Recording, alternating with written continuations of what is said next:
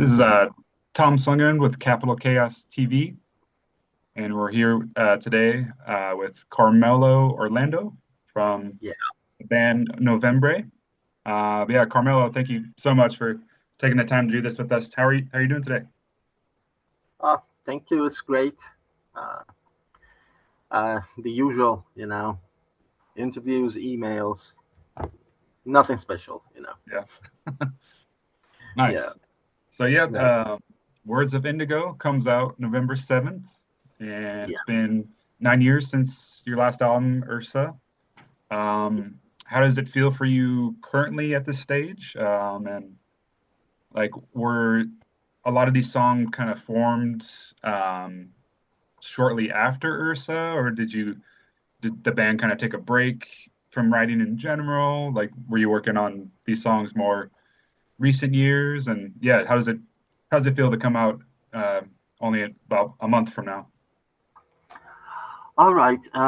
So there is one song that I think it's called the one called Chiesa dell'Alba, which means Church of Dawn, which was supposed to be in Ursa, but it didn't fit for the time. The Okay. album was too long, and I thought that I absolutely wanted on this one, so I hang on to it. Um, in the meanwhile, I keep on recording riffs, single ones.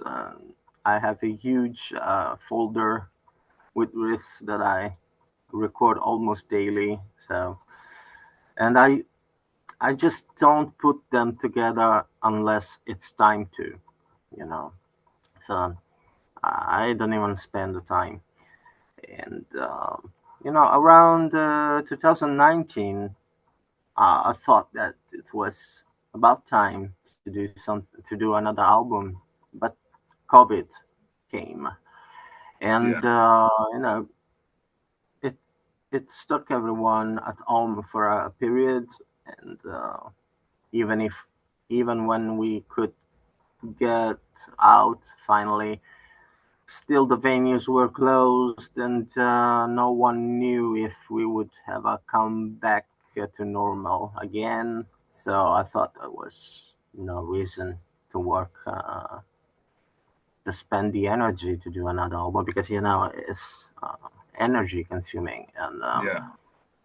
yeah, so when finally everything came back to normal, I started working on it. So me with the guys, and you know, and it took like 1 year, 1 year and a half, and before you know it, it's 2024.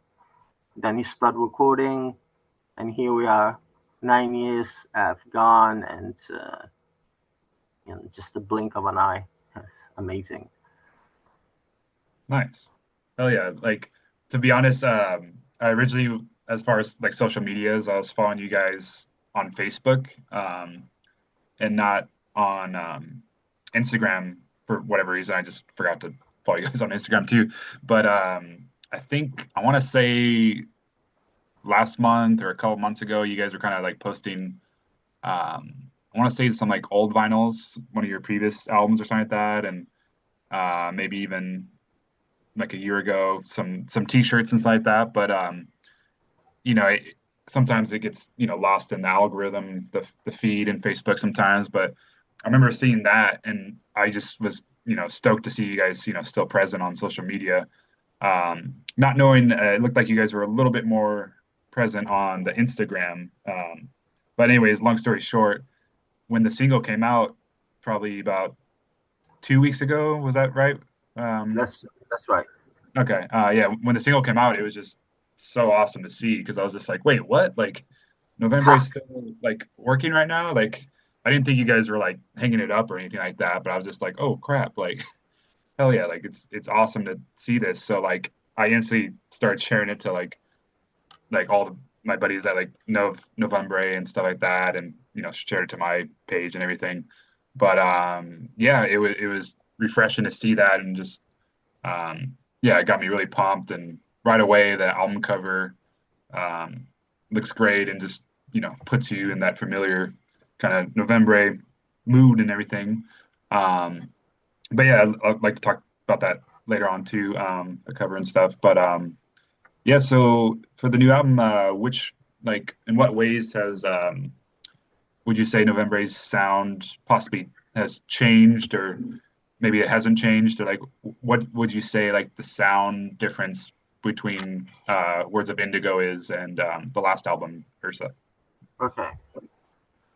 I don't think that there's been a drastical critical change at all. I mean, the only thing that I think got better is that um, I was able to give the songs the space they needed, it, and the balance between the more aggressive part and the softer parts, and something that I noticed it lacked a little bit on Ursa.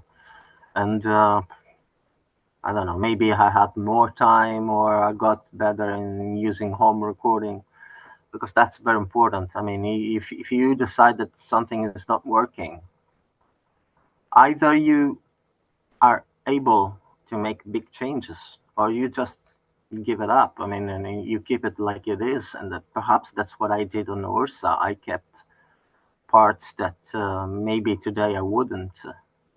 Yeah, It's really complicated to make drastic changes on a song. When right. you're home recording, you have to change time stamps and stuff. Forget about it. And so, yeah, the mix, Dan Swano mix is more pleasant to my ears, in my opinion. This one is better, cleaner, more crystal, and so long story short, I think this album is more enjoyable, at least to me right now. I hope for you too, guys. Yeah, Nice. Hell yeah.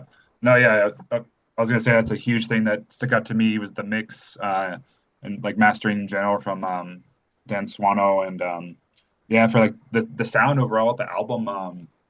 I so first listen through the album, I like really liked it. But I feel like each song is like so unique and the album I would say is very progressive. Obviously it still has the gothic sound sprinkled in there, and there's still death metal moments and everything, and obviously doom metal, of course. But like, yeah, yeah, as far as like song structures, it's very progressive. I noticed like the very first listen all the way through the album, but once it was like album or going through the album a second time and third time, I like so many different parts like started clicking to me and kind of interweaving throughout the album. I noticed like there's just like little moments that kind of sound like the previous three tracks ago, or like the I don't know, like the ending of the album kind of feels like it's a full circle like sound to me. But yeah, I just want to say this album in particular is diverse changes, like sorry, diverse sounds. But like I really noticed like very methodical key changes within almost like every song. And I yeah, think the way you guys do that is just very, very tasteful and like it doesn't sound random when you guys change keys. It just it fits so well because then like your vocals will like adapt to the key change like right away, and it just gives that great dark vibe or progressive vibe too.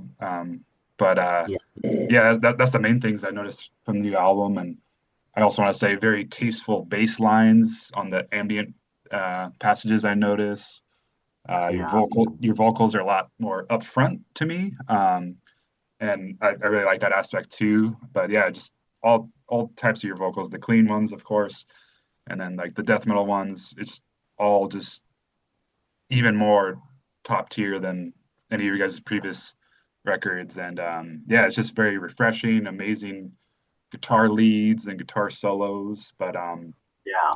I just Yeah, you see, this thanks to this new lineup, which I guess we'll talk about later. I mean, they're really skilled guys, and they gave this album a true progressive feel. And with the drumming is incredible, the solos and everything. It's also good that you said that you give it 2 or 3 spins to the album, because it's a very long one and a complex one. Yeah. And if you still give it 2 3 spins, it's important. Someone else Yeah. wouldn't. So, that means that the album flows easily, which is what I wanted to achieve, actually. And I suppose I did a little bit, you know. Yeah. And that's pretty much a little bit the difference with an album like Ursa or The Blue. They are intense albums, perhaps too intense, if you know what I mean. It's important for an album to be flowing through the ears of the listener. And yeah, Yeah, that's it. definitely. And yeah, I was gonna ask about the lineup changes and everything. Like technically, kind of like Eliseo and Yuri. Um, well, sorry, correct me. Fabio. Yeah, I found out he was on Ursa too. I had to check Encyclopedia Matolum. I was just refreshing up on the lineup from the previous album and stuff. But you had Eliseo and Yuri technically around 2022. Is that when you started working with them? Is that correct? exactly. I mean, the very new guys are Federico and Yuri, the drummer, Federico guitar and Yuri the drums. And Fabio worked on and off with us for a very very long time. I mean, he played the bass on Dreams d'Azur, Oh, okay. Materia as well, and Ursa. So I mean, it's not actually a new guy, but we officialized his entrance in the band together with the other ones. Okay. Um, yeah. Great. And then with Federico coming in, like, was the album like halfway written before he came in, or is he kind of Halfway. like a solo guy? Like, did he do like all the solos, or did he also, participate in writing too, or was it like skeletons of the song already? Or Well, he's multi-dimensional guitar player. I mean, he is more into the rhythm parts, but he's also a virtuoso on his own.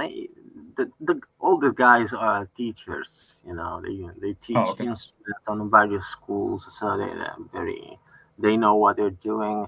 And yes, the album was halfway written. So when he came in, he could do a solo on. You're Olsen, and performed the rhythm guitars and got them better, just better them. Because okay, mine were simpler. He brought in something more. okay, nice. Yeah.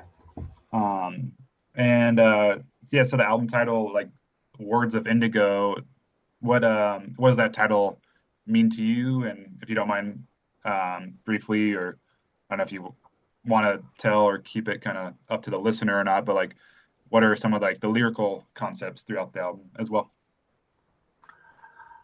Okay. For some reason that I can't quite understand right now, this time I wanted a plain English title. Because in the past we've had acronyms, I don't know what you like Ursa or the Blue and Materia, all this Yeah. Latinisms. Yes, and this time I wanted, for some reason, an English title, and I wrote a lot of titles. This one stuck more. It sounded good. And also I think I could find a reason behind it, because indigo is a cold color, and Yeah. it represents a feeling, a mood, so what it means is to replace words, concepts, political concepts or philosophical concepts with feelings, because this time around I got no much to say rationally. These are very horrendous times, and again, I don't have much to say. So it means let the music do the talking. Okay. About the title, about the lyrics, I gotta say I write the lyrics for the last because I concentrate. I spend all my energies on the music, and I'm not so much into the literature of it. And so what I do, I sing mock words on the songs for the demo, and when it's Oh, time to write the lyrics, I just replace those words with real ones, and the first ones they come to mind. Perhaps they have meaning, but I soon forget about it. It's line by line. Every line means something, a memory, feeling, whatever. So it's like being at a shrink. When the shrink says something, whatever it is, yeah. and I just go for it. And yeah, that's the way you have to read how to read this lyrics. Okay. Nice. Yeah. Yeah, with the album title, like I was assuming it was, mood related and like the color related and everything like that. Might sound kind of funny, but have you ever heard of the kind of like the term indigo children? No, what is it? It's kind of like this like psychic phenomenon kind of thing. I don't know how much I um agree with it to an extent, but I don't know. I've heard stories. Indigo children. It's basically like children that of young ages, like they could be like toddlers or ages 3 to 5 or something like that, and they have recollections of the like grandparents' past life, and they like go into details of their life Wow. as if they're reincarnated from them or temporarily reincarnated from them. But yeah, it's just something I've seen online a long time ago. It's this rap artist I listen to. They're called the Underachievers, and they've brought that up and talked about that. And That's yeah, I've interesting. I've seen some accounts of it. But yeah, I think these kids just have all these recollections of the grandparents' past life, and who knows? I don't know if it's just them super smart, memorizing, overhearing their parents talk about the grandparents, and they just memorize it. But still, yeah, it's called Indigo Children. But yeah, I didn't know if that was like anything related, but now I know it's I will look into it. color and yeah.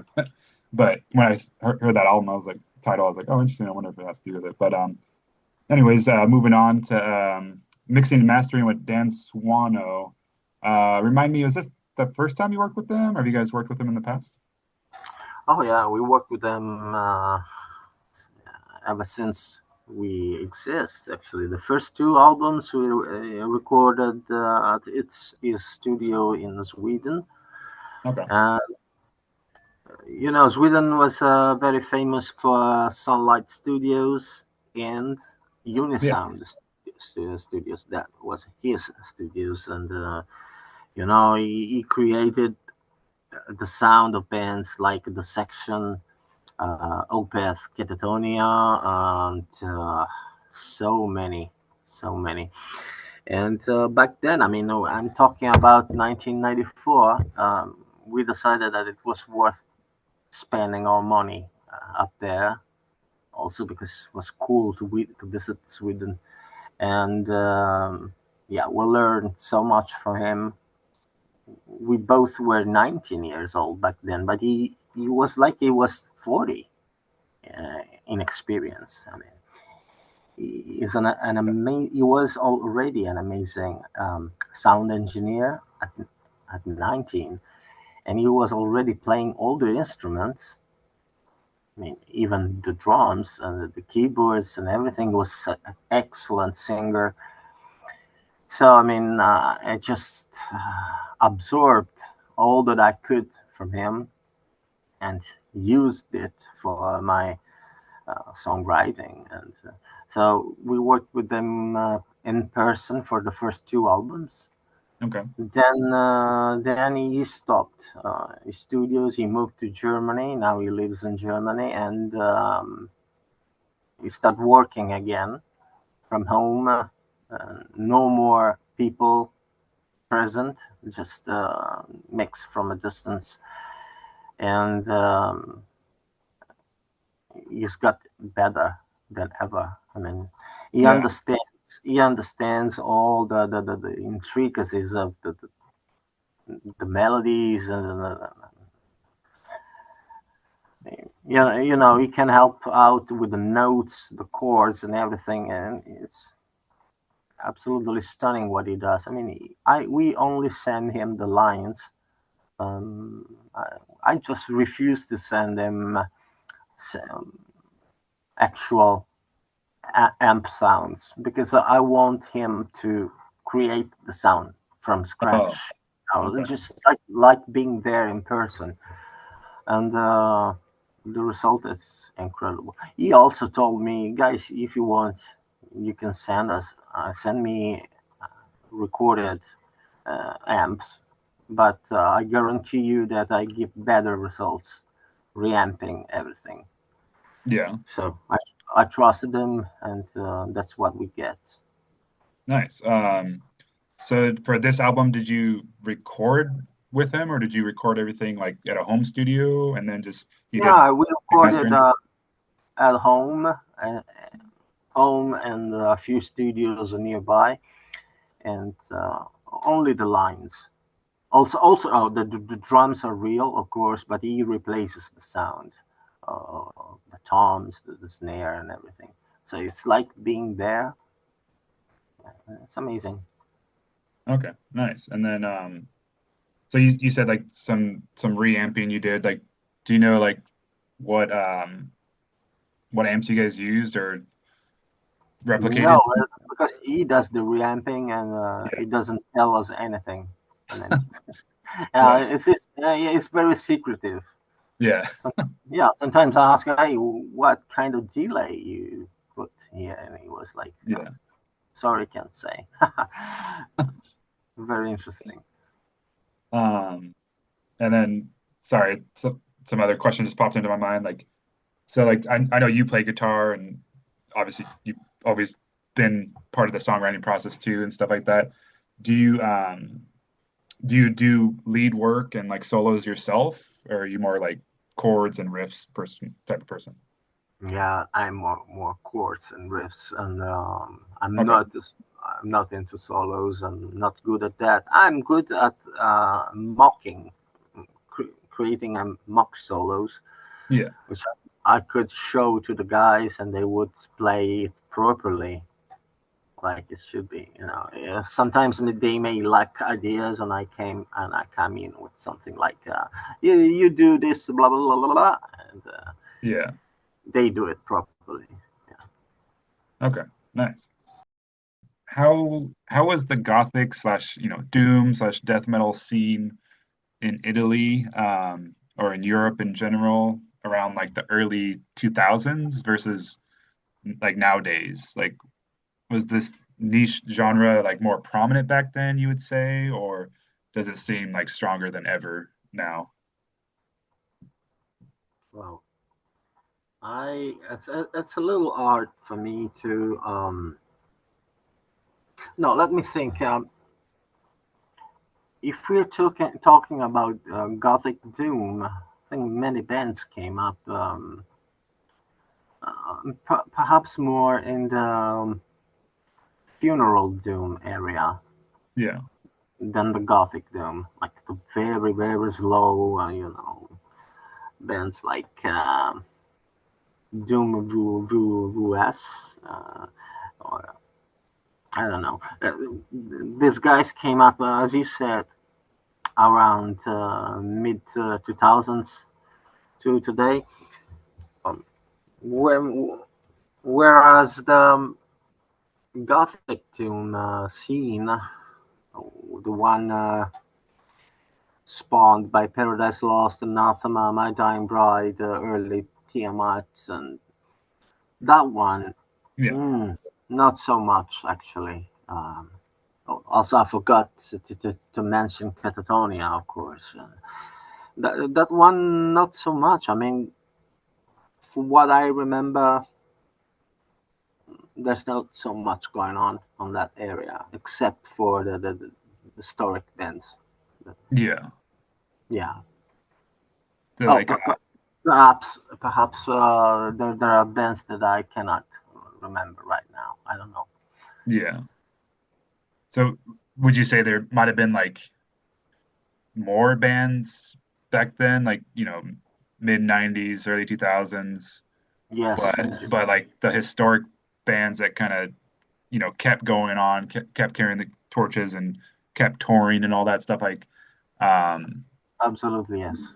it's like those ones obviously have stuck around, but would you say like I guess as far as like underground or just like um bands that just started off, it was maybe a little more back then, and then I don't know. I just saw that mid 2000s to 2010s. I saw a growth of very simple doom, gothic doom. No, just doom funeral bands, yeah, and they are less intricate, less complicated, very easy to play. I mean, not disrespect. I mean, I like what I hear more often, but the complexities of bands like early Opeth, I haven't heard things like yeah, that much. Yeah, okay, nice.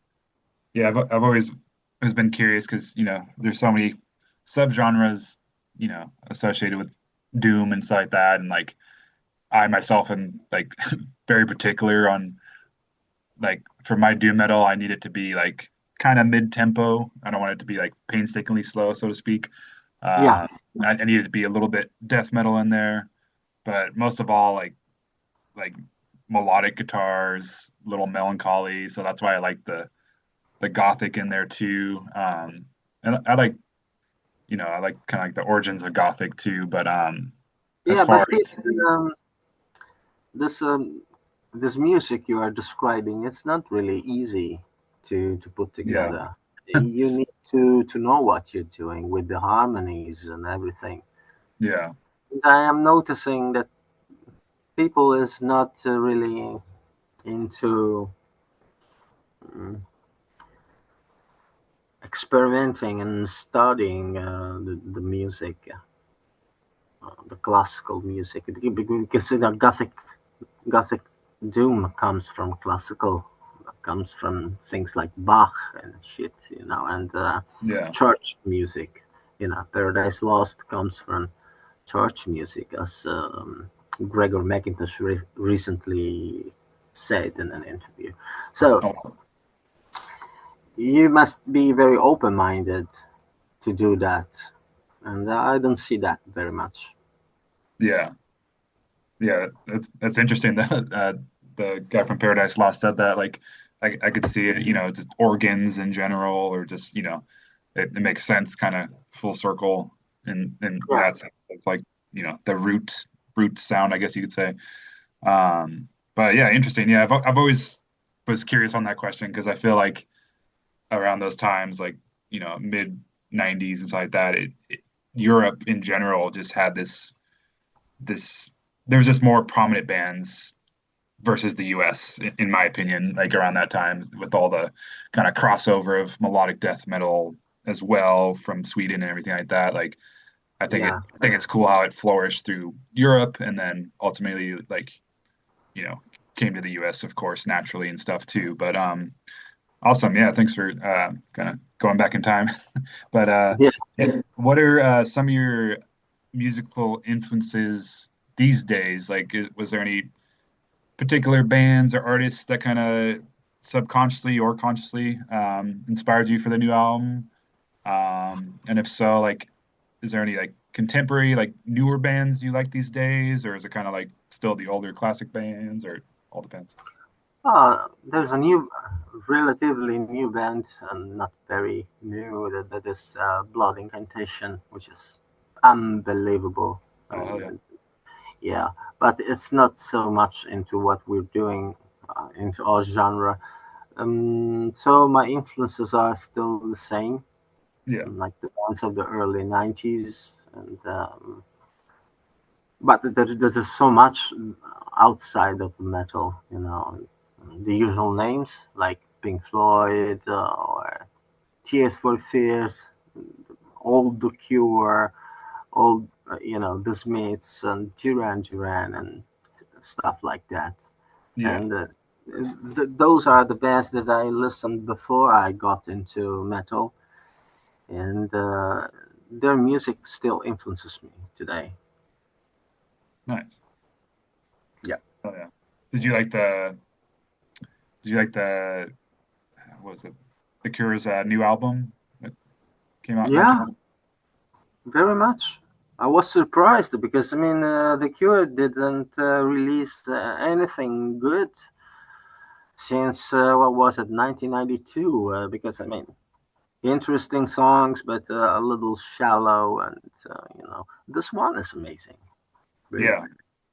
I Also, was totally surprised to hear such great songs in 2024. It's incredible. yeah. Wow. I was surprised too, and yeah, it's a lot like longer songs too, it seemed like, but like it didn't seem like super long too. Like that's how good of songwriters they are, you know what I mean? Like, Yeah, and that's the point of it. yeah, 9-minute songs that's you listen to it back to back. It's amazing. yeah. Yeah. Nice. And as far as your guys' new album, that's the same thing too. Like there's, long songs on the album, but like again, the more and more I play the album, those songs don't seem long at all to me. Like it just goes by so smooth and um effortless, so to speak, as far as listening. Yeah. Yeah. But yeah, a track that I was really blown away on how long it is when it doesn't seem that long is House of Rain. And forgive me, I didn't write down the female vocalist's name, but I think Yeah. that's a very unique song and great kind of duet you guys do, so to speak. And I think she comes back in, correct me if I'm wrong, but at the very end of the album with the track Onde. I might be pronouncing it wrong, but yeah. Do you want to talk a little bit about the guest vocalist, her name, and kind of Sure. how that came about? Sure. Perhaps you're familiar with the Norwegian band, The Third and the Mortal. Back when in Europe there were a lot of avant-garde bands coming from these Nordic places, and I was a big fan of that band. And they had two lineups, one with Kari Ruslaten, and then the other one with Anne-Marie Edwardsen. Yeah, the albums with Anne-Marie stuck with me a little more, so I Okay. just wrote her and proposed her to sing in this song that I thought that fit vocals perfectly. And to my surprise, that I learned that she moved from Norway to Sicily, to my hometown, which is like, what? Yeah, she's an opera singer and sing in the main theater of this town. So, can you imagine? A Norwegian in Sicily. Wow. So, yeah, she accepted gleefully. So, I just took an airplane. I took a flight back to Sicily, and we went to the studio and recorded it, and the result is amazing. And she intertwines with my vocals perfectly. Yeah. And yeah, you should listen to an album called Painting on Glass, where she Okay. sings with this band, The Third and Immortal. It's like, wow. Yeah. They are on par with Dead Can Dance, if you know what I mean. And Okay. Oh yeah.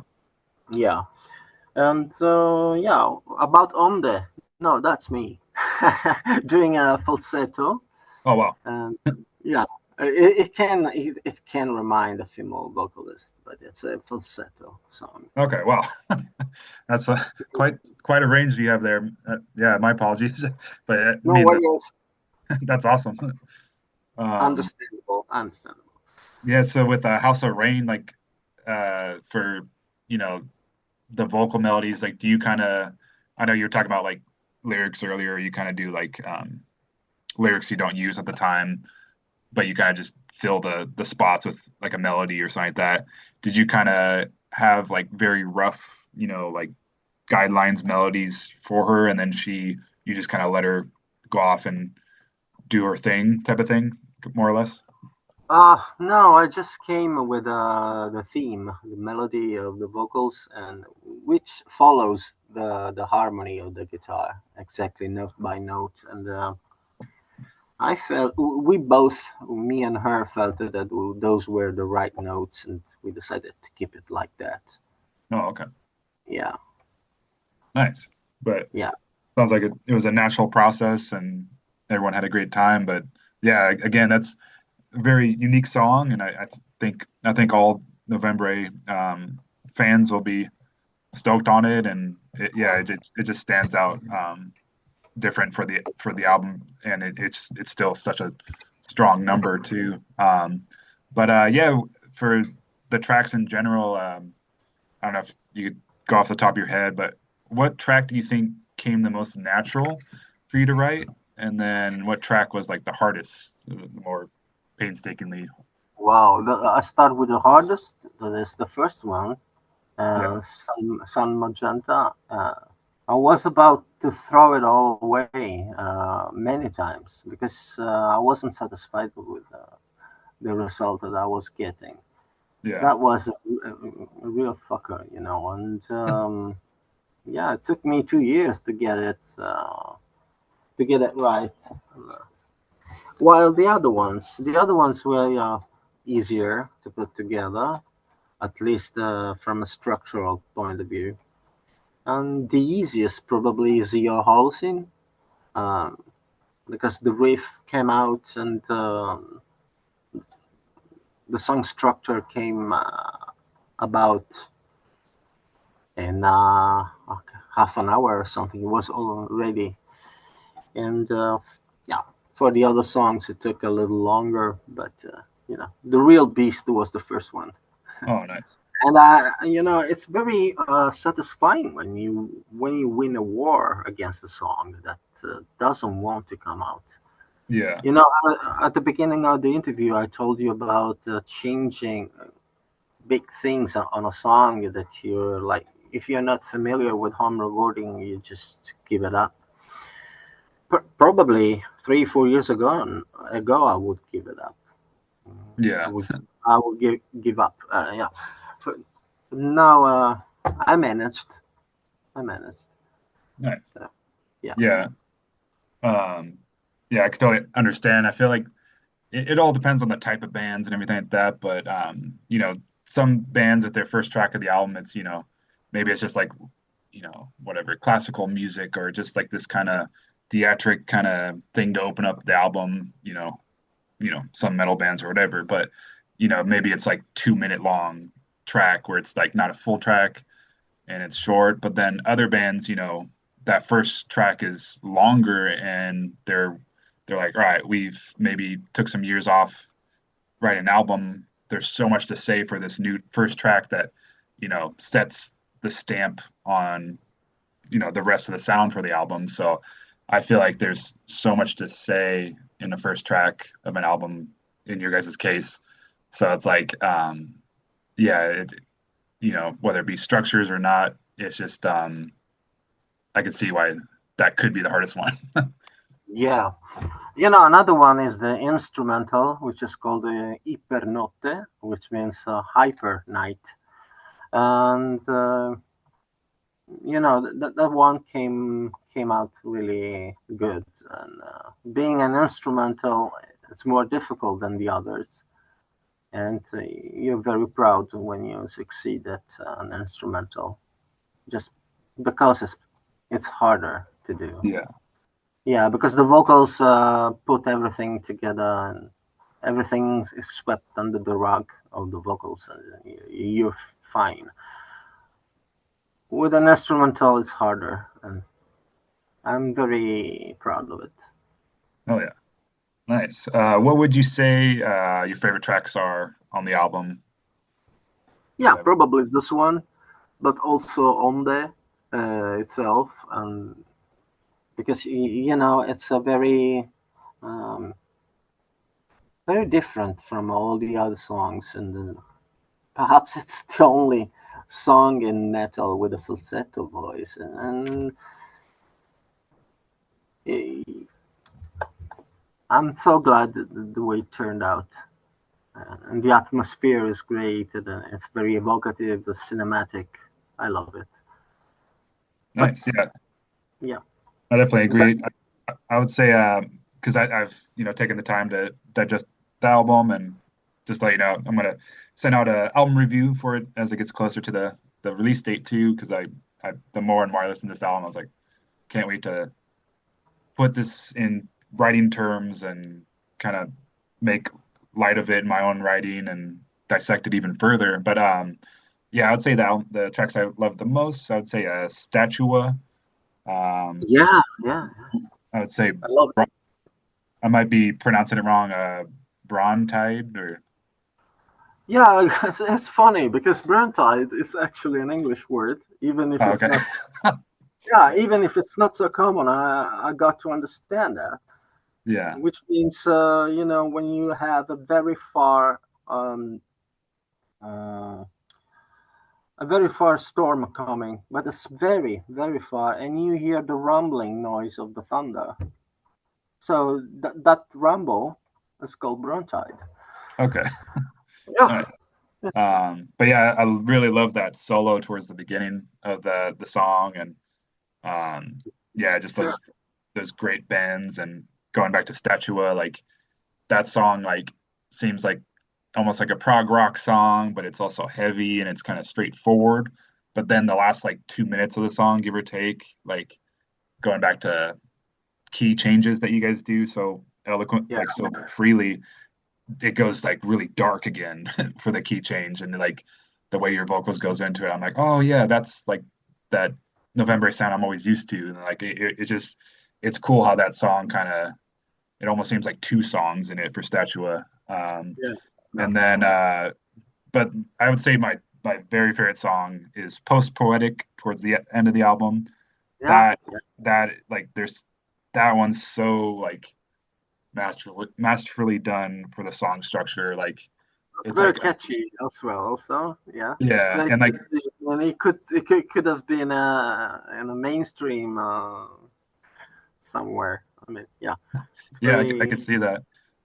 yeah, And like the the fact that you guys do like the chorus so like early on in the song and it's like it I think it is a recipe to get someone hooked almost first listen right away, like which is hard to do sometimes in metal, but like it's very catchy, and then those leads keep on taking the kind of melodies of the chorus, and then the fact that you guys like kind of warp into like this break part, and then it kind of all of a sudden comes into light.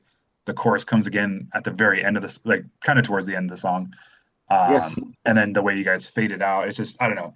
That song, particularly Post Poetic, is just so masterfully done, and it's no, thank killer you. all around. And then yeah, once On Day comes right after the last track of the album, like to me, it almost seems like someone could argue it's an intro to an album too. Like I don't know, it very much is the closing of the album, of course, but like it just gives me this feeling of just wanting to cycle back in the album and revisit certain elements and certain things, phrasings that kind of come back at the end of the album. Like, but yeah, it's just very tastefully done, and yeah, like I just want to applaud all you guys for the songwriting, and I I could easily say this is my favorite November album, and I'm not saying that just because it's a new album or we're promoting it. It's just it's very well done on all fronts, and I'm yeah, very happy to hear because every musician's dream is to make the last album the favorite to the fans, and to the listeners. Yeah. Yeah, definitely. And yeah, applaud to you guys. And I'm going to be Thank talking you. about this for a long time, and spreading the word, spreading the gospel. But Ha. yeah, I was gonna say, so like any plans, 2026 for any shows? Is it mainly kind of shows in Italy, or is the touring the U.S. a little hard these days with all the crazy, stupid visas going on? Yeah. I've heard about that, unfortunately, but whatever. Um, we're trying to put things together on the touring aspect of it.